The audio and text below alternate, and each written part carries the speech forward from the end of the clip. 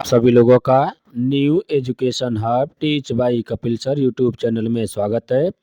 आज हम लोग पढ़ेंगे क्लास 10th के बायोलॉजी, क्लास 10th के क्या साइंस के चैप्टर 6, जिसमें हम लोग पढ़ेंगे जीव विज्ञान। क्या है? जीव विज्ञान। इसके पहले वाले वीडियो में जो आपके प्लेलिस्ट में वीडियो अपलोड किया गया है तथा उसके लिंक को आपके डिस्क्रिप्शन बॉक्स में पिन कर दिया जाएगा। वहाँ से आप लोग इसके पहले के चैप्टर 1, 2, 3, 4, 5 सभी को एक एक कर वहाँ से कंप्लीट कर सकते हैं। ये जितने भी क्लास आपके लिए दिए जा रहे हैं ये आपके एग्जाम पॉइंट ऑफ व्यू से सफिशिएंट है तथा उतने ही आपके लिए आवश्यक होते हैं। तो इसको रिवीजन के थ्रू हम देख रहे हैं। आगे आज हम पढ़ेंगे पादपों में पादपों में समन्वयन। तो हम लोग पढ़ेंगे क्या? समन्वयन, नियंत्रण तथा समन्वयन को पढ़े, जिसमें इसके पार्ट नंबर 3 को हम आज कवर करेंगे। इसके पहले का वीडियो आपको जब अगर आप लोग नहीं देखे हैं तो इसके डिस्क्रिप्शन बॉक्स में इसके लिंक को प्रोवाइड कर दीजिएगा तथा इसके लिंक को आप आपके प्लेलिस्ट में या तो आप नियंत्रण एवं समन्वयन टीच बाई कपिल सर डालेंगे यूट्यूब चैनल पर तो भी आपको ये पादप में इससे संबंधित जितने भी लेक्चर थे सभी को एक एक कर मिल जाएंगे आपको। तो हम लोग चलते हैं पादपों में समन्वयन की ओर। तो पादपों में समन्वय कहा जाता है। देखिए, जिस प्रकार से जंतु में समन्वय की क्रियाएं दिखाई दे रही थी उसी प्रकार किसमें होती है? पादपों में हो रही थी, क्योंकि वहां पर आपको बताया गया रहा था कि किस प्रकार से सजीव प्राणियों में समन्वयन की क्रियाएं संपन्न होती है। तो यहाँ पर देखा जा रहा है कि किस पादपों में समन्वयन को समझने से पहले देखा जा रहा है कि वृद्धि गति तथा स्फीति गति के बीच अंतर स्पष्ट किया जा रहा है कि वृद्धि गति तथा स्फीति गति के बीच में अंतर स्पष्ट कीजिए। ये आपके एग्जाम पॉइंट ऑफ व्यू से मोस्ट इंपॉर्टेंट है। इसमें कहा जा रहा है कि वृद्धि, देखिए, यह एक दिशा से हो रहे उद्दीपन के प्रति अनुक्रिया करते। कहा जा रहा है कि यह एक दिशा से हो रहे उद्दीपन के प्रति अनुक्रिया करती है। यह कोशिकाओं की असामान्य वृद्धि के कारण होती है। कहा जा रहा है कि यह कोशिकाओं में असामान्य वृद्धि जब होने लगती है तो उसे कहा जाता है कि वृद्धि हो रही है, या यही वृद्धि ही वृद्धि गति कहलाती है। यह वृद्धि ये क्या थी? अनुत्क्रमणी होती। करने का तात्पर्य यहाँ पर है कि यह उत्क्रमणी तथा अनुत्क्रमणी के ऊपर आपके प्लेलिस्ट में वीडियो अपलोड किया गया, जाकर वहां से देख सकते हैं कि अनुत्क्रमणी क्या होती है और उत्क्रमणी क्या होती है। आगे हम लोग देखते हैं स्फीति गति। इसमें उद्दीपन की दिशा का कोई प्रभाव नहीं होता है। स्फीति गति कोशिकाओं की स्फीति गति में परिवर्तन आने के कारण होती है। कहा जा रहा है कि स्फीति जो गति होती है उसमें परिवर्तन आने के कारण होती है। इसी को कहा जाता है स्फीति गति उत्क्रमणी होती है। कहा जा रहा है कि जो वृद्धि होती है यह अनुत्क्रमणी होती है, लेकिन जो स्फीति गति होती है सदैव उत्क्रमणी होती है। अब आगे देखा जा रहा है कि अनुवर्ती गति तथा अनुचलन गति में अंतर। की देखिए क्या अनुवर्ती गति तथा अनुचलन गति में अंतर क्या है, इसको हम लोग ध्यान से देखते हैं। तो देखिए कहा जा रहा है कि अनुवर्ती गति, देखिए इसमें उद्दीपन गति की दिशा का निर्धारण करता है। कहा जा रहा है कि इसमें जो उद्दीपन होता है उसमें गति की दिशा का निर्धारण। कहने का तात्पर्य यहाँ पर है कि जो गति होती है एक किधर से किधर की ओर। कहने का मतलब क्या? नीचे से ऊपर की ओर या शाखाओं से तने की ओर। तो उसी को कहा जा रहा है कि इसमें गति के साथ साथ क्या, गति के साथ साथ उसमें दिशाओं का निर्धारण करता है। अगला क्या है? यह स्थिति पौधे द्वारा प्रदर्शित वक्रता गति होती। कहा जा रहा है कि यह पौधे की स्थिति जो दर्शाती है उसी में ये किसके द्वारा प्रदर्शित करता है? ये पौधे की वक्रता गति के द्वारा दर्शाता है। नेक्स्ट कहा जा रहा है कि उद्दीपन के आधार पर अनुवर्ती गति अनेक प्रकार की होती है। कहा जा रहा है कि उद्दीपन के आधार पर देखा जाता है तो अनुवर्ती गति जो होती है निम्न प्रकार की होती है। कहा जाता है एक प्रकाशानुवर्ती, गुरुत्वानुवर्ती तथा रसायनानुवर्ती होती है। अब प्रकाशानुवर्ती क्या होती है, गुरुत्वानुवर्ती क्या होती है तथा रसायनानुवर्ती क्या होती है, इसको आगे अभी आपको समझा दिया जाएगा कि किस प्रकार से प्रकाशानुवर्ती होता है, क्या गुरुत्वानुवर्ती क्या होता है तथा रसायनानुवर्ती क्या होती है। अगला कार्य है अनुचलन गति। अनुचलन गति क्या होती है, इसको हम लोग अच्छे से देखते हैं तो देखा जा रहा है कि इसमें उद्दीपन गति की दिशा का निर्धारण नहीं करता। कहा जा रहा है कि जो अनुचलन गति होती है इसमें दिशा का निर्धारण नहीं होता है। नेक्स्ट कहा जा रहा है कि इसमें संपूर्ण पादप या उसके किसी भाग में स्थान परिवर्तन होता है, अतः यह अनुचलन गति। कहा जा रहा है कि इसके संपूर्ण पादप या उसके किसी भाग में स्थान परिवर्तन होता रहता है, अतः यह अनुचलन गति होती है। नेक्स्ट कहा जा रहा है कि उद्दीपन के आधार पर अनुचलन गति भी अनेक प्रकार की होती है, जैसे प्रकाशानुचलन तथा ताप अनुचलन होती है। अब देखा जा रहा है कि प्रकाशानुवर्ती तथा गुरुत्वानुवर्ती में अंतर क्या होता है या प्रकाशानुवर्ती क्या होती है। ये देखिए क्या प्रकाशानुवर्ती क्या होती है। देखिए प्रकाशानुवर्ती कहा जा रहा है कि सिंपल देखिए प्रकाशानुवर्ती प्रकाश की दिशा में क्या हो जाती है, प्रकाश की दिशा में जब पादपों की वृद्धि होना शुरू हो जाता है तो उसी को प्रकाशानुवर्ती कहा जाता है। देखिए क्या है, एक बीज होते हैं, ये क्या है, ये बीज है। कौन सा बीज है, देखिए नहीं अच्छे से बना, यहाँ से देखिए एक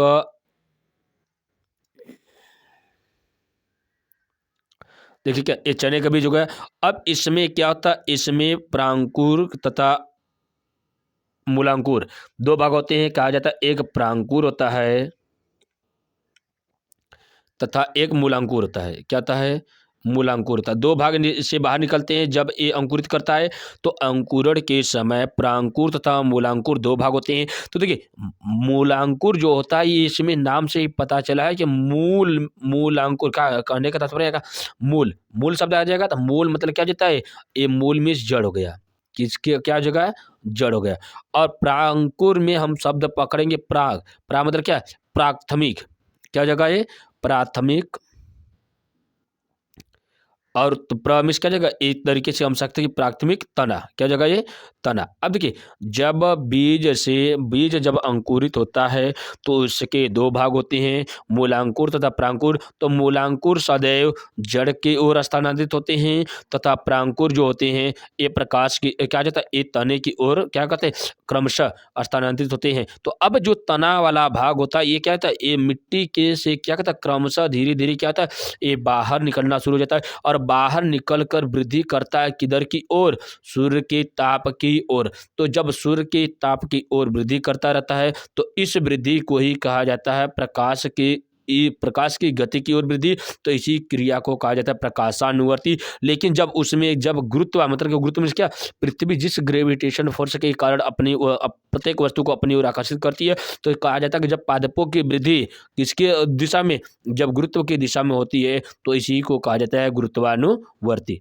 सिंपल से समझ में आ गया। अब आगे देखा जाता है कि इसको कैसे एग्जाम में आपको लिखना है। देखिए कहा जाता है प्रकाशानुवर्तन क्या होता है, पौधे के भाग कौन कौन से, तना, पत्ती इत्यादि का प्रकाश की ओर गति प्रकाशानुवर्ती कहलाता है। कहा जा रहा है कि कौन कौन से भाग, तो कहा जा रहा है कि पौधे का भाग, पौधे का कौन सा भाग जो क्या होता है, प्रांकुर से बाहर निकल कर जाता है। तो कौन कौन से मेन भाग हो गए, जड़ हो गया, क्या हो जाता है, सॉरी जड़ क्या है, तना हो गया, पत्ती हो गया, फल हो गया तथा फूल हो गया। ये सभी के सभी क्या जाते हैं, क्रमशः ये सदैव प्रकाशानुवर्ती होते हैं। लेकिन इसमें मुख्य रूप से देखा जाता है तो तना और पत्ती क्या होती है, प्रकाशानुवर्ती प्रदर्शित करते हैं। तो आगे कहा जा रहा है कि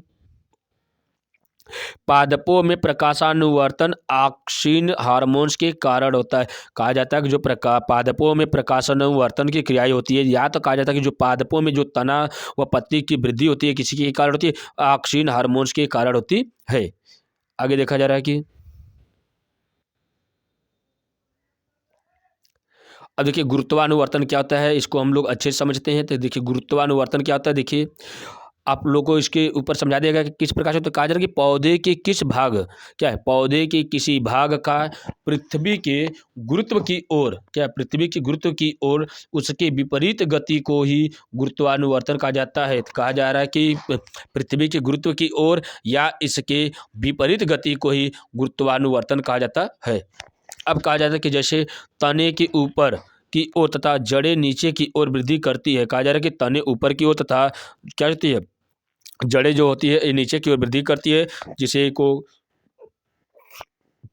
गुरुत्वानुवर्तन कहा जाता है। आगे कहा जा रहा है कि जलानुवर्तन, नमी के कारण होने वाली पादप गति को जलानुवर्तन कहते हैं। देखिए जल की ओर क्रमशः पौधे का प्रत्येक शाखा कहता है, जड़ एक जगह से दूसरी जगह स्थानांतरित होने लगता है। तो जब गति किधर की ओर, जल के दिशा में होती है तो कहा, जैसे सिंपल समझिए कि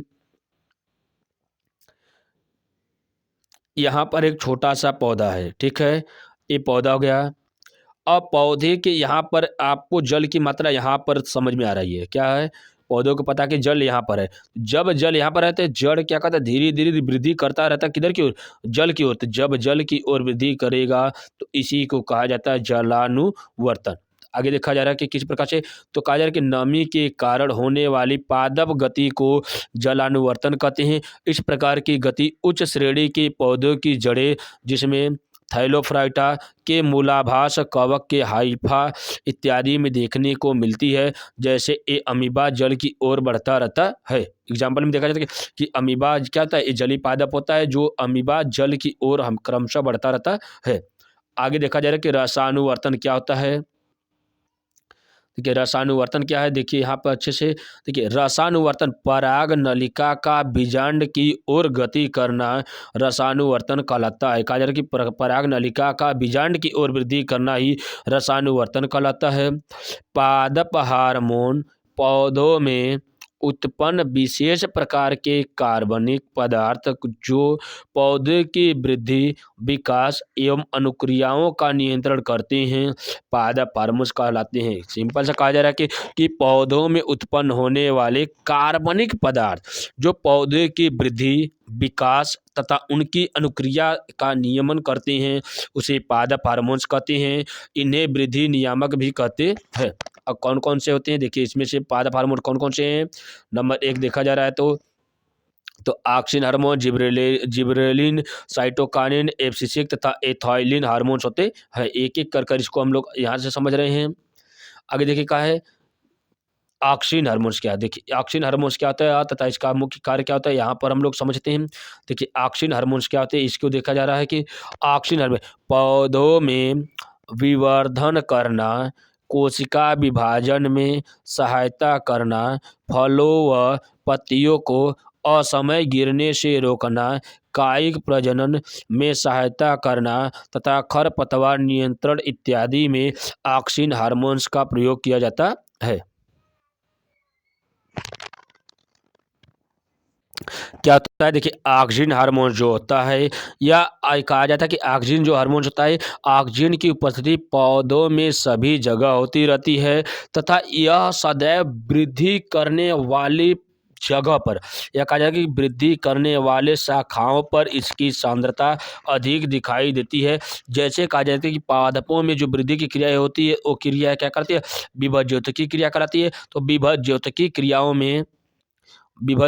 क्रियाओं में ये जो ऑक्सिन हार्मोन्स होता है इसकी मात्रा अधिक दिखाई देती है। तो अब कहा जाता है कि ये जो क्रियाएं होती रहती है, ये ऑक्सिन का निर्माण कहाँ पे किया जाता है, ऑक्सिन का निर्माण विभाजन व दीर्घन करती हुई कोशिकाओं में होता रहता है। इस प्रकार से देखा जाता है कि जो ऑक्सिन हार्मोन्स होता है यह सदैव वृद्धि करने में सहायक होती है। तो वृद्धि करने वाला हार्मोन्स कौन सा होता है, ये ऑक्सिन हार्मोन्स होता है। इसके बारे में हम लोग देखते हैं कि कोशिका में विवर्धन करना, कोशिका विभाजन में सहायता करना तथा फलों व पत्तियों को असमय गिरने से रोकना। कहा जाता है कि फल व पत्ती को क्या कहता है, जो हमेशा क्या होते हैं पत्तियां व फल गिरते रहते हैं, तो उसको रोकने का कार्य किसका होता है, ऑक्सिन हार्मोन्स का होता है। कायिक प्रजनन में सहायता करना, खरपतवार का नियंत्रण करना, ये सभी का ऑक्सिन हार्मोन्स के कारण किया जाता है। अब कहा जा रहा है कि जिबरेलिन हार्मोन्स क्या होते हैं, तो जिबरेलिन देखिए कहा जा रहा है कि यह पौधे के ऊपरी सिरे तथा भ्रूण में बनता है। कहा जा रहा था कि जो जिबरेलिन होता है यह पौधे के ऊपरी सिरे तथा भ्रूण में बनता है तथा इसके सभी भागों में वृद्धि को नियंत्रित करना होता है। कहा जा रहा है कि वृद्धि जब क्या होता है, पादपों में वृद्धि असीमित होने लगती है तो वृद्धि को नियंत्रित करने का कार्य किसका होता है, जिबरेलिन का होता है। तो कहा जाता है कि ये फफूंद में क्या जाता है, ये फफूंद तथा कहा जा सकता है ये जो कवक होता है इसमें कहा जाता है कि इसमें कुछ फफूंद होती हैं जो इसको अलग करने का कार्य करते हैं। तो कहा जाता है कि जो जिबरेलिन होता है यह शैवाल, कवक से लेकर पुष्पी पादप सभी में पाया जाता है। अभी तक लगभग में 50 से भी अधिक जिबरेलिन ज्ञात किए जा चुके हैं। कहा जाता है कि लगभग में 50 से अधिक, कहा जा रहा है कितने, 50 से अधिक जिबरेलिन आप पादपों में दिखाई दे चुके हैं, यहाँ तक कहा जा सकता है ज्ञात हो चुके हैं। अब कहा जा रहा है कि इसमें मुख्य भाग क्या क्या होता है, इसमें हम लोग स्पष्ट रूप से समझते हैं। देखिए, तने की लंबाई में वृद्धि करना, बीजों के अंकुरण को बढ़ाना, पुष्पों के खिलने में सहायता करना, कुछ पौधों में अनिषेक फलन उत्पन्न करना, ये सभी के सभी कार्य जिबरेलिन का होता है। अब अगला कहा जा रहा है कि साइटोकाइनिन्स। साइटोकाइनिन्स कहा जाता है कि ये कहा जाता है कि मिलर व उसके सहयोगियों ने क्या किए, सबसे पहले साइटोकाइनिन्स की खोज किए थे। कहा जा रहा है कि मिलर व उनके कुछ सहयोगी मित्र थे जिनके द्वारा पहली बार साइटोकाइनिन की खोज किया गया था। यह सदैव क्या होता है, यह ईस्ट की डीएनए, कहा जाए कि इसे ईस्ट डीएनए से प्राप्त किया गया था, जिसमें काइनेटिन क्या होता है, काइनेटिन पाया जाता है। क्या पाया जाता है, काइनेटिन पाया जाता है।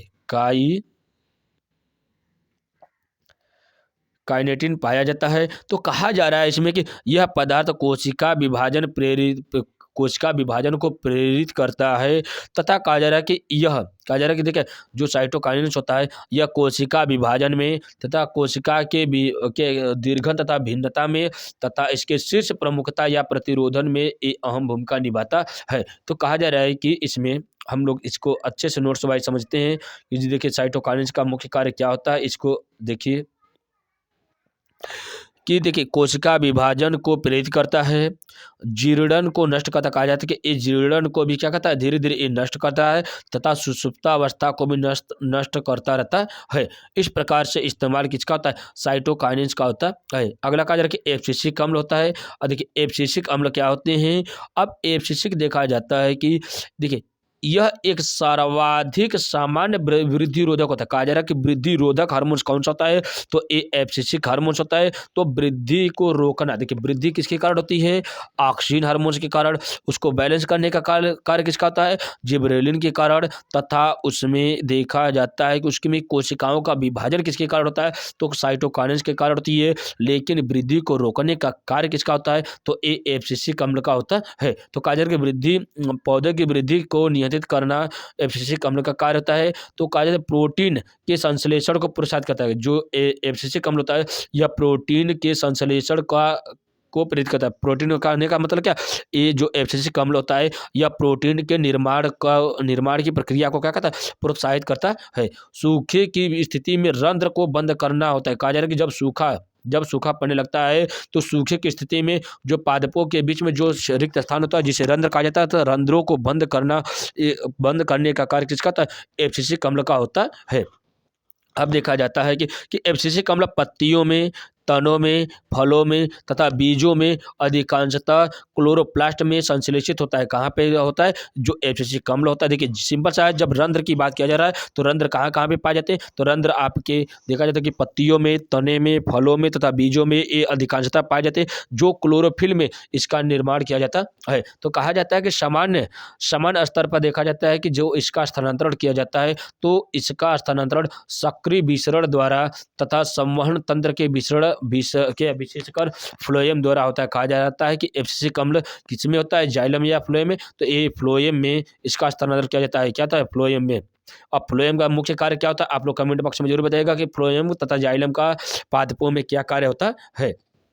और जाइलम और फ्लोएम एक प्रकार का आपका जटिल उत्तक है कि अस्थायी उत्तक है या कोशिकाएं हैं, कोशिका है कि उत्तक है, तो कौन सा उत्तक है, इसको भी आप लोग कमेंट बॉक्स में जरूर बताइएगा। तो इसमें कहा जा रहा है कि जो एब्सिसिक अम्ल होते हैं इसमें का कार्य अगर देखा जाता है तो कहा जाता है कि ये क्या स्टोमेटा को भी बंद या रंध्र को बंद करने का मुख्य कार्य इसका होता है।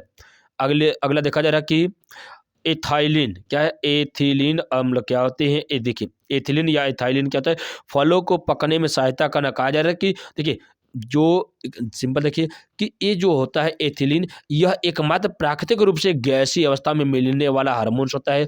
पादपों में पाया जाने वाला गैसीय अवस्था में मिलने वाला हार्मोन्स कौन सा होता है, तो ये एथिलीन होता है। तो इसमें फल परिपक्वन हार्मोन्स कहा जाता है कि सिंपल सा फल परिपक्वन का मतलब क्या जाता है कि यहाँ पर फल को पकाने वाले हार्मोन्स या फल को पकाने की कैपेसिटी इसके पास पाई जाती है, तो इसीलिए कहा जाता है इसे फल परिपक्वन हार्मोन्स भी कहा जाता है। क्योंकि अधिकतर पादपों के फलों में परिपक्वन के समय इसका इसका निर्माण होता है। कहा जा रहा है कि अधिकतम पादपों में जो फल पकने की अवस्था में आ जाता है तो इसका निर्माण किया जाता है। तो कहा जाता है कि एथिलीन अम्ल का प्रयोग क्या होता है, प्राकृतिक रूप से फलों को पकाने में किया जाता है। तो फलों को पकाने में सहायता होता है, तने के फूलों में सहायता, कहा जाता है कि तनों के फूलने में भी सहायता करता है, मादा पुष्पों की संख्या बढ़ाता है। ये सभी के सभी कार्य किसका होता है, एथिलीन का होता है। अब कहा जाता है कि एथिलीन जो होता है ये फलों को पकाने में महत्वपूर्ण भूमिका निभाता है तथा इसके प्रभाव में समव्यासी, कहा जाता है कि एक समान प्रकार से वृद्धि होती है जिससे आयतन में वृद्धि होता है। इसमें इससे क्या रहता है, समान या समव्यासी वृद्धि होता है जिसमें जिससे कारण या जिससे आयतन में वृद्धि होती है। इस प्रकार यह तने की लंबाई से वृद्धि को कम किंतु मोटाई में अधिक होती है। कहा जाए कि तने की लंबाई में वृद्धि तो कम किंतु मोटाई अधिक होती है। अब देखा जाता है कि इसके प्रभाव से पार्श्व कलिका की वृद्धि अवरुद्ध हो जाती है। कहा जाता है क्योंकि जो कलिकाएं होती है ये क्या होती है, बहुत ही कम मात्रा में ये वृद्धि करती है। कहा जाता है कि इसकी वृद्धि क्या होती है, अवरुद्ध हो जाती है। नेक्स्ट कहा जा रहा है कि यह कलमों से जड़ की उत्पत्ति या पार्श्व मूलों का निर्माण, मूल रोमों का निर्माण इत्यादि का प्रेरण करता है। अब कहा जाता है कि इसकी अधिक सांद्रता पुष्पों में निद्रा रोग उत्पन्न करती है तथा ऑक्सीजन के स्थानांतरण को प्रतिबंधित करके तने पर गुरुत्वानुवर्तन के प्रभाव को नष्ट कर देती है। ये सभी के सभी कार्य एथिलीन या एथिलीन के कार्य थे। तो इस प्रकार से पादप हार्मोन को आज हम लोग कंप्लीट किए। आगे देखा जा रहा है कि हार्मोन्स तथा एंजाइम में अंतर क्या होते हैं। देखिए क्या हार्मोन्स तथा एंजाइम में क्या अंतर होते हैं, तो हार्मोन्स को देखते हैं तो ये कार्बनिक पदार्थ होते हैं जो अन्य स्रावी ग्रंथियों से स्रावित होते हैं। कहा जा रहा है कि एक कार्बनिक पदार्थ होते हैं जो अन्य स्रावी ग्रंथियों से स्रावित होते हैं। इनका वहन रुधिर द्वारा होता है। कहा जा रहा है कि जो हार्मोन्स होता है इसका परिवहन किसके द्वारा होता है, रुधिर के द्वारा होता है। तो ये उपापचयी क्रियाओं में प्रयुक्त हो जाते हैं। कहा जा रहा है कि ये उपापचयी क्रियाओं में प्रयुक्त किए जाते हैं तथा ये ग्लाइकोप्रोटीन, स्टीरॉयड या पॉलीपेप्टाइड्स के बने होते हैं। तो ये क्या थे, ये आपके हार्मोन्स थे। तो आगे देखा जा रहा है कि एंजाइम का कार्य क्या होता है। ये देखिए एंजाइम जो होता है, एंजाइम देखिए एंजाइम ये भी कार्बनिक पदार्थ होते हैं जो वृद्धि क्या, जो वही स्रावी ग्रंथियों के पाचक रस में पाए जाते हैं। कहा जा रहा है कि ये भी कार्बनिक पदार्थ होते हैं लेकिन ये वही स्रावी ग्रंथियों के पाचन में सहायक होते हैं। नेक्स्ट कहा जा रहा है कि इनका वहन नलिकाओं द्वारा आता है। जो एंजाइम होते हैं इसका वहन किसके द्वारा किया जाता है, ये नलिकाओं द्वारा होता है। लेकिन जो हार्मोन्स था उसमें रुधिर वाहिनियों के द्वारा इसका स्थानांतरण किया जा रहा होता है। नेक्स्ट कहा जा रहा है कि ये उपापचयी क्रिया में उत्प्रेरण का कार्य करते हैं। तो उत्प्रेरक क्या होता है, तो ये जो कहा जाता है कि जैविक शरीर में होने वाली रासायनिक क्रिया या जैविक क्रियाओं को उत्तेजित करना या कम और अधिक करना किसका कार्य होता है, उत्प्रेरक का होता है। तो उपापचयी क्रियाओं में उत्प्रेरक का कार्य करती है। नेक्स्ट कहा जा रहा है कि ए प्रोटीन होते हैं। कहा जाता है एक प्रकार के एंजाइम जो होते हैं क्या होते हैं, ए प्रोटीन होते हैं लेकिन हार्मोन्स प्रोटीन नहीं होता है। तो अब देखा जा रहा है कि अंतःस्रावी तथा बहिःस्रावी ग्रंथियां क्या होती है। अब हम लोग अच्छे से देखते हैं कि अंतःस्रावी तथा बहिःस्रावी ग्रंथियां क्या होती है। देखिए अंतःस्रावी ग्रंथियां क्या होती है, देखिए ग्रंथि क्या होता है, जब शरीर से क्या शरीर में से कुछ जब रस या एंजाइम का श्रावण किया जाता है तो उसी को कहा जाता है ग्रंथि कहा जाता है। तो देखा जाए कि अंतःस्रावी ग्रंथि ये नलिका विहीन ग्रंथि, जो अंतःस्रावी होती है ये नलिका विहीन, मतलब ये किसी भी नलिकाओं में नहीं बहता है। तो कहा जाता है कि ये नलिका विहीन ग्रंथि होती है। इसके स्राव को रुधिर द्वारा गंतव्य तक पहुंचाया जाता है। कहा जा रहा है कि इसके स्राव को रुधिर द्वारा गंतव्य तक पहुंचाया का मतलब क्या है, एक स्थान से दूसरे स्थान तक पहुंचाने का कार्य किसके द्वारा किया जाता है, ये रुधिर के द्वारा किया जाता है। नेक्स्ट कहा जा रहा है कि ये विशेष अंगों की उचित वृद्धि और कार्यों के लिए उत्तरदायी होता है। कहा जा रहा है कि ये विशेष अंग की उचित वृद्धि और कार्य के लिए उत्तरदायी होता है। नेक्स्ट कहा जा रहा है कि वही स्रावी ग्रंथि क्या होती है, ये नलिका युक्त ग्रंथि होती है, ये नलिका युक्त ग्रंथि होती है। नेक्स्ट कहा जा रहा है कि ये नलिका युक्त ग्रंथि होती है, इनका स्राव नलिकाओं द्वारा शरीर के भीतर तक पहुंचता है। नेक्स्ट कहा जा रहा है कि ये भोजन एवं बाह्य पदार्थों पर कार्य करने में निपुण होती है। कहा जा रहा है कि इनका स्राव नलिकाओं द्वारा शरीर के भीतर तक पहुंचना है तथा ये भोजन एवं बाह्य पदार्थों पर कार्य करने में निपुण होती है। इस प्रकार से हम लोग देखें कि अंतःस्रावी ग्रंथि तथा बहिःस्रावी ग्रंथियाँ क्या होती है। आगे देखा जा रहा है कि अंतःस्रावी ग्रंथि तथा बहिःस्रावी ग्रंथियों के ऊपर अगर अंतर आता है तो आप लोग इस प्रकार से थोड़ा सा ध्यान से देखिए कि किस प्रकार से लिखना है। देखिए क्या है, ये सामान्यतः एपिथेलियमी स्तरों से संचरित नलिकाएं द्वारा जुड़ी होती है, लेकिन अंतःस्रावी जो होती है, जो एंडोक्राइन होती है, ये संबंधित एपिथेलियम से जुड़ी रहती है। नेक्स्ट कहा जा रहा है कि ये स्रावित पदार्थों को नलिकाओं द्वारा अंग विशेष विशेष में पहुंचाते। कहा जा रहा है कि अंग विशेष में पहुंचाने का कार्य किसका होता है, बहिःस्रावी का होता है, लेकिन अंतःस्रावी होती है। अंतःस्रावी पदार्थों को रक्त के माध्यम से विसरित किया जाता है। कहा था इन्हें नलिका युक्त ग्रंथि, इससे इन्हें नलिका युक्त ग्रंथि भी कहते हैं। लेकिन नलिका युक्त कहा जाता है कि बहिःस्रावी जो ग्रंथियाँ होती है ये नलिकाओं में बहती है, लेकिन इसे नलिका विहीन ग्रंथि कहा जाता है। जो अंतःस्रावी ग्रंथियाँ होती है ये नलिका विहीन होती है, मतलब बिना नलिकाओं के चलती स्थानांतरित होती है। अब कहा जा रहा है कि जो बहिःस्रावी ग्रंथियाँ होती है ये ग्रंथियों से विभिन्न विभिन्न पदार्थ स्वेद, लार, दुग्ध, सीकम, कर्णमोम, एंजाइम इत्यादि स्रावित होती हैं। लेकिन जो अंतःस्रावी ग्रंथियाँ होती है यह पादपों में हार्मोन स्रावित होते रहते हैं। कहा जा रहा है कि इस अंतःस्रावी ग्रंथियों में ये जो हार्मोन्स होते हैं इसका स्रावण किया जाता है। इस प्रकार से देखिए अंतःस्रावी तथा बहिःस्रावी ग्रंथि के बारे में देखिए। अब देखा जाता है कि कुछ मानव में पाए जाने वाले अंतःस्रावी ग्रंथि तथा उससे संबंधित स्रावित होने वाले कुछ हार्मोन्स कौन कौन से, इसको हम लोग देखते हैं। देखिए पीयूष ग्रंथि पीयूष ग्रंथि क्या आती है, यह मस्तिष्क में होती है। कहा जाए कि यह मस्तिष्क में होती है और यह मस्तिष्क के ऊपर अगर आप लोग वीडियो नहीं देखें तो इससे संबंधित वीडियो आपके प्लेलिस्ट में वीडियो अपलोड किया गया है, या इसी चैप्टर का पार्ट 2 आप लोग देख लीजिएगा, जिसमें मस्तिष्क के क्या क्या भाग हैं, ये कितने प्रकार के होते हैं, उसमें सभी मस्तिष्कों का कौन कौन से भाग का क्या कार्य है, सभी को अच्छे से समझाया गया है। तो कहा जा रहा है कि मस्तिष्क में स्थित होती है और यह मटर के दाने के बराबर होती रहती है। इसे मास्टर ग्रंथि भी कहा जाता है। इसे निम्नलिखित हार्मोन स्रावित होते। कहा जा रहा है कि जो पीयूष ग्रंथि होती है ये मस्तिष्क में उपस्थित होती है। यह मटर के दाने के लगभग बराबर होती है और इसे मास्टर ग्रंथि भी कहा जाता है। इससे स्रावित होने वाले कुछ हार्मोन्स हैं।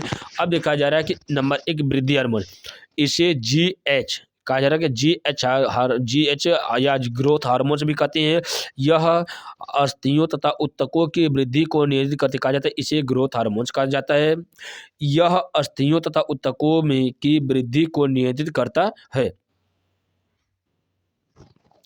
नेक्स्ट कहा जा रहा है कि एंटी डायूरेटिक हार्मोन्स कहा हो जाता है, एंटी डायूरेटिक हार्मोन्स कहा जाता है। इसे एडीएच का मतलब क्या है, एंटी डायूरेटिक हार्मोन्स भी कहते हैं। यह वृक्क द्वारा जल के पुनः अवशोषण को नियंत्रित करता। कहा जा रहा है कि वृक्क द्वारा जल के पुनः अवशोषण को नियंत्रित करने का कार्य करता है। अगला देखिए कहा जा रहा है कि अगला कहा जा रहा है कि देखिए क्या है, ACTH हार्मोन्स क्या होते हैं, इसके ऊपर हम लोग देखते हैं। तो देखिए ACTH क्या है, तो इसको ACTH हार्मोन्स को सिंपल सा देखिए कहा जा रहा है कि एड्रीनोकार्टिकोट्रोपिक हार्मोन्स क्या होता है, एड्रीनोकार्टिकोट्रोपिन हार्मोन्स कहते हैं। यह कार्टिसोन निर्माण के लिए अधिवृक्क कॉर्टेक्स को उत्तेजित करता है। या कहा जा सकता है कि जो ACTH हार्मोन्स होता है यह अधिवृक्क ग्रंथि के वल्कुट भाग को स्रावण के लिए प्रेरित करने का कार्य करता है। अगला है FSH हार्मोन्स, जिसे पुट्टिका प्रेरक हार्मोन्स या कहा जाता है कि इसे नेक्स्ट कहा जाता है कि FSH या फॉलिकल स्टिमुलेटिंग हार्मोन्स होता है। यह पुट्टिका प्रेरक हार्मोन्स होता है। यह पुरुषों में वृषण की शुक्र जनन नलिकाओं की वृद्धि तथा शुक्राणु जनन को प्रेरित करता है। तो कहा जा रहा है कि यह पुरुषों में वृषण की शुक्र जनन नलिका की वृद्धि तथा शुक्राणु जनन को प्रेरित करता है। स्त्रियों में यह अंडाशयों की ग्रैफियन पुट्टिका की वृद्धि और विकास तथा अंड जनन तथा मादा हार्मोन्स एस्ट्रोजन के स्रावण को प्रेरित करता है। कहा जा रहा है कि यह एस्ट्रोजन स्रावण के लिए अंडाशय को उत्तेजित करता है। तो कहा जा रहा, अब इस प्रकार से आगे देखा जा रहा है कि यह थायरॉयड, नेक्स्ट का है, यह थायरॉक्सिन के स्रावण के लिए थायराइड ग्रंथि को उत्तेजित करता है। तो इस प्रकार से आगे हम लोग देखते हैं थायराइड ग्रंथि क्या होती है। थायराइड यह गले में स्थित होती है, इसे थायरॉक्सिन हार्मोन से स्रावित होता है। थायरॉक्सिन उपापचय तथा वृद्धि की दर नियंत्रित करती है। इसकी कमी से गलकंड रोग हो जाता है। इसकी अधिकता से भीमकायिता रोग उत्पन्न हो जाता है। कहा जा रहा है कि इसकी कमी से गलकंड रोग हो जाता है तथा इसकी अधिकता से भीमकायिता रोग उत्पन्न हो जाता है। किसके द्वारा? थायराइड ग्रंथि के द्वारा। थायराइड ग्रंथि से थायरॉक्सिन नामक हार्मोन स्रावित होता है, जो गले के मध्य कंठ के पास पाया जाने वाला एक प्रकार का हार्मोन होता है। इस प्रकार से थायरॉक्सिन हार्मोन के बारे में लोग देखिए आगे देखा जा रहा है कि अग्नाशय क्या होती है। अग्नाशय में क्या होते हैं? नेक्स्ट के अग्नाशय में देखिए, अग्नाशय एक ऐसा अंग होता है जो शरीर के दूसरी सबसे बड़ी ग्रंथि होती है। पहली सबसे बड़ी ग्रंथि के नाम आप लोग कमेंट बॉक्स में जरूर बताइएगा। दूसरी सबसे बड़ी ग्रंथि होती है। इससे अंतःस्रावी तथा बहिःस्रावी दोनों प्रकार के हार्मोन स्रावित होते हैं। और अंतःस्रावी तथा बहिःस्रावी के ऊपर आपको इसके पहले समझा दिया गया कि अंतर को बहिःस्रावी क्या होता है और अंतःस्रावी क्या होती है। आगे देखिए कहा जा रहा है कि इसके लैंगरहैंस की द्वीप का कहा जा रहा है कि इसमें कुछ बीटा अल्फा बीटा गामा या अग्नाशय के ऊपर, अगर आप लोग वीडियो नहीं देखे तो इससे संबंधित वीडियो आपके प्लेलिस्ट में अपलोड किया गया है, जाकर वहां से देख सकते हैं कि अल्फा बीटा गामा 3 प्रकार की उसमें बहिःस्रावी ग्रंथियां होती है, जिसमें किस प्रकार से लैंगरहैंस द्वीपिकाएं होती है। और लैंगरहैंस द्वीपिका में क्या होता है? बीटा कोशिकाएं कहा जा रहा है कि इसकी लैंगरहैंस की द्वीपिकाओं की बीटा कोशिकाओं में इंसुलिन हार्मोन्स होता है। इन्हीं इंसुलिन हार्मोन्स के द्वारा ही अग्नाशयी रस का स्रावण किया जाता है। तो इसकी कमी से मधुमेह रोग हो जाता है। कहा जाता है कि इंसुलिन की कमी से मधुमेह रोग होता है। इंसुलिन एक प्रकार का बीटा कोशिका या बीटा कोशिकाएं होती है। ये बीटा कोशिकाएं क्या होता है? ये लैंगरहैंस की द्वीपिकाओं में पाई जाने वाली एक प्रकार की अल्फा बीटा और गामा 3 प्रकार की कोशिकाएं होती है। बीटा कोशिकाओं से इंसुलिन का स्रावण किया जाता है, जो मधुमेह रोग को, या कहा जाता है कि इंसुलिन की कमी से मधुमेह रोग उत्पन्न होता है। अगला करके अधिवृक्क ग्रंथि या एड्रिनल ग्लैंड होता है। इससे एक वृक्क की ऊपरी सिराओं में का अधिवृक्क, देखिए अधिवृक्क मतलब आधा हिस्सा ये कहाँ पे पाई जाती है? वृक्क के ऊपर पाई जाती है, तो इसीलिए कहा जाता है इसका अधिवृक्क ग्रंथि कहा जाता है। इससे कार्टिसोन का स्रावण होता है। कार्टिसोन प्रोटीन को शर्करा में बदलने का कार्य करता है। इससे स्रावित होने का कार्य क्या? तो कार्टिसोन नामक पदार्थ का स्रावण करता है, जो कार्टिसोन प्रोटीन को शर्करा में बदलने का कार्य करता है। आगे देखिए कहा जा रहा है कि अंडाशय यह एस्ट्रोजन तथा प्रोजेस्टेरॉन का स्रावण करता है। यह हार्मोन्स मादा लवणों का विकास करता है। कहा जा रहा है कि यह एस्ट्रोजन तथा प्रोजेस्टेरॉन का स्रावण करता रहता है। यह हार्मोन्स मादा लवणों का भी विकास करता है। नेक्स्ट कहा जा रहा है कि वृषण यह टेस्टोस्टेरॉन का स्रावण करता है। यह देखिए वृषण को इंग्लिश में टेस्टिस कहा जाता है। तो टेस्ट मतलब क्या? दोनों में, जहाँ पर टेस्ट यहाँ पर भी टेस्ट और यहाँ पर भी, तो इसलिए जब भी वृषण शब्द या नर जनन अंगों की बात किया जाता है तो उसमें टेस्टोस्टेरॉन हार्मोन्स का स्रावण किया जाता है। बाकी जो भी अगर रहेगा एस्ट्रोजन तथा प्रोजेस्टेरॉन, ये होता है मादा हार्मोन्स होता है। तो कहा जाए टेस्टोस्टेरॉन का स्रावण करता है। यह हार्मोन्स क्या था? नर लक्षणों का विकास करता रहता है। आगे देखा जा रहा है कि किस प्रकार से कौन सा हार्मोन कहाँ से स्रावित होता है, इसको हम लोग विस्तार से समझते हैं। यहाँ से देखिए कहा जा रहा है कि देखिए मुख्य रूप से कहा जा रहा है कि इसमें पीनियल ग्रंथि होती है। पीनियल ग्रंथि को हम लोग यहाँ से देखते हैं। देखिए पीनियल ग्रंथि यहाँ पर हो गई, ये पीनियल ग्रंथि हो गई जो मस्तिष्क में पाई जाती है। उसी के नीचे आपका देखा जा रहा है कि कौन सा पीयूष ग्रंथि होती है। पीयूष ग्रंथि के बारे में हम लोग देखें कि मटर के बीज के समान होता है, ये आप मस्तिष्क में पाई जाने वाला होता है। तो पीनियल ग्रंथि के मध्य के पास क्या पाया जाता है? यहाँ पे हाइपोथैलेमस पाया जाता है। इसे पीयूष ग्रंथि को मास्टर ग्लैंड कहा जाता है, लेकिन हाइपोथैलेमस ग्रंथि को मास्टर ग्लैंड कहा जाता है। अब देखिए अवटु ग्रंथि होती है, अवटु ग्रंथि के पास ही क्या था अधिवृक्क ग्रंथियाँ होती है या थायरॉक्सिन हार्मोन्स होता है। इन्हीं थायरॉक्सिन हार्मोन्स के द्वारा यहाँ पर क्या देखिए पर अवटु तथा परावटु ग्रंथि होती है, उसके ऊपरी तथा मध्य हिस्से के में पाए जाते हैं। इन्हीं हिस्सों के मध्य में थाइमस ग्रंथि पाई जाती है। आगे देखा जा रहा है कि एक किसके है इंडर हार्मोन से, इसमें अग्नाशय होता है। अग्नाशय से कौन से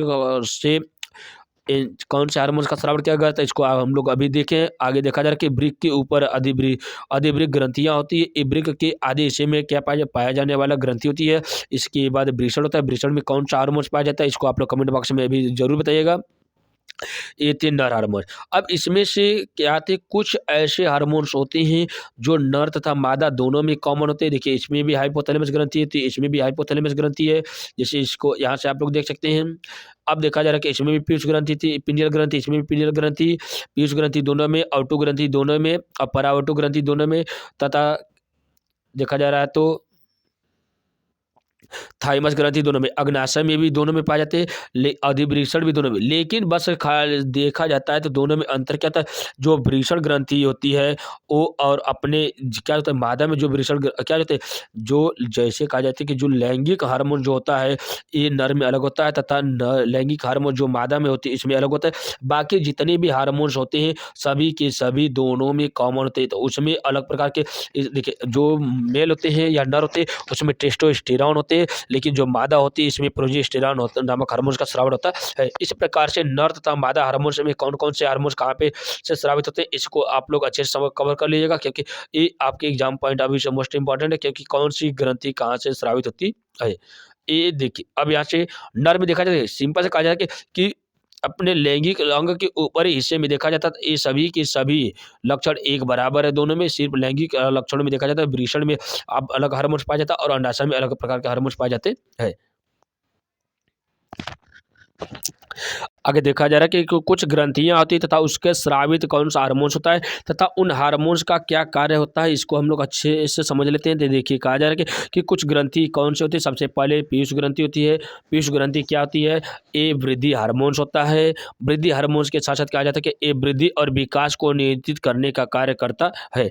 अगला कार्य कि हाइपोथैलेमस ग्रंथि होती है। ये हाइपोथैलेमस मुक्त हार्मोन्स होता है जो ग्रंथियों से हार्मोन्स के स्राव को नियंत्रित करता। कहा जाता है कि प्रत्येक ग्रंथि जो होती है ये किस प्रकार से हार्मोन्स का स्रावण करते हैं। इन ग्रंथियों के द्वारा हार्मोन्स के स्रावण को नियंत्रित करने का कार्य किसका होता है, हाइपोथैलेमस का होता है। इसी कारण से हाइपोथैलेमस को मास्टर ऑफ मास्टर ग्लैंड कहा जाता है। अगला कहा जा रहा है कि थायराइड ग्रंथि या इसी को अवटु ग्रंथि कहा जाता है। तो ये थायरॉक्सिन का स्राव करता है। ये कार्बोहाइड्रेट प्रोटीन तथा वसा के उपापचय को नियंत्रित करने का कार्य करता है। पैराथायराइड ग्रंथि या परावटु ग्रंथि होती है। ये कैल्सिटोनिन तथा पैराथार्मोन नामक दो प्रकार का हार्मोन का स्राव करती है। ये देखिए जो कैल्सिटोनिन होता है ये कैल्शियम का स्रावण को बढ़ाता है, तथा जो पैराथायराइड होता है ये फास्फोरस के स्तर को कम करता है। कहा जा रहा है कि कैल्शियम को बढ़ाने का कार्य कैल्सिटोनिन तथा पैराथायराइड क्या करता है, पैराथार्मोन्स होता है जो फास्फेट का स्तर को कम करता है। नेक्स्ट कहा जा रहा है कि एड्रिनल क्या होता है, एड्रीनेलिन हार्मोन्स का स्रावण करती है जो हृदय की धड़कन की गति क्या होता है, हृदय की धड़कन की गति तथा श्वास दर को बढ़ाता है। अगला कहा जा रहा है कि अग्नाशय देखिए क्या है। अग्नाशय में देखा जा रहा है कि अग्नाशय से कौन सा हार्मोन स्रावित होता है, तो इसमें इंसुलिन तथा ग्लूकेगॉन दो प्रकार का हार्मोन का स्राव होता है। तो इंसुलिन जो होता है यह रुधिर में शर्करा की मात्रा को कम करता रहता है, और इंसुलिन की कमी से कौन सा रोग होता है इसको आप लोग कमेंट बॉक्स में जरूर बताइएगा, क्योंकि ऊपर आप लोग अभी पढ़ चुके हैं। अगला कहा कि ग्लूकेगॉन ये रुधिर में शर्करा की मात्रा को बढ़ाता है। रुधिर में शर्करा की मात्रा को कम करने का कार्य इंसुलिन का तथा उसकी मात्रा को बढ़ाने का कार्य ग्लूकागॉन का होता है। नेक्स्ट वृषण के द्वारा टेस्टोस्टेरॉन हार्मोन का स्राव किया जाता है। ये कहा जाता है कि नर सेक्स अंगों तथा गुणों का विकास एवं निर्धारण, जैसे मोक्ष, दाढ़ी इत्यादि शुक्राणु का निर्माण करता है। अगला कार्य कि अंडाशय एस्ट्रोजन हार्मोन्स होता है। कार्य है मादा गुणों का निर्धारण, मादा जननांगों का विकास तथा अंडाणु का निर्माण होता है। अगला कार्य कि थाइमस ग्रंथि होती है, थाइमस ग्रंथि के द्वारा थाइमोसिन नामक हार्मोन्स का स्राव होता है। रोग निरोधक क्षमता पैदा करना होता है। तथा पीनियल ग्रंथि क्या होती है,